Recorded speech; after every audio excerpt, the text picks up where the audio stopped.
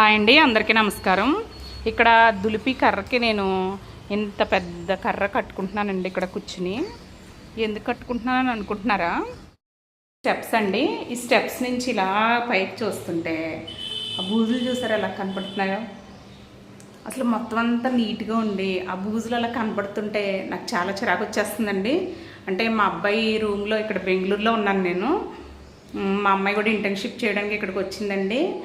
ఇక్కడ ఇంకా అమ్మకి ఇలాంటి బూజులను చూస్తే చాలా మెంటలు వచ్చేస్తుంది కదండి ఏ మదర్కైనా.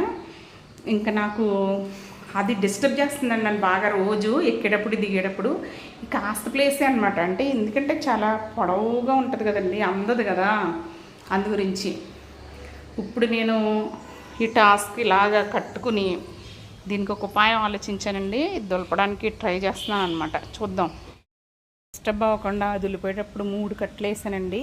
ఇది ఎలా పనిచేస్తుందో చూద్దాం. ఇప్పుడు ఇది పట్టుకుని వెళ్తున్నాను. సక్సెస్ అవుతుందో లేదో చూద్దామండి. ఇదిగో ఇట్లా ఇట్లా బాగానే ఉంటుందండి, పర్లేదు. సక్సెస్ అయినట్టున్నా ఉండదు. చూద్దాం.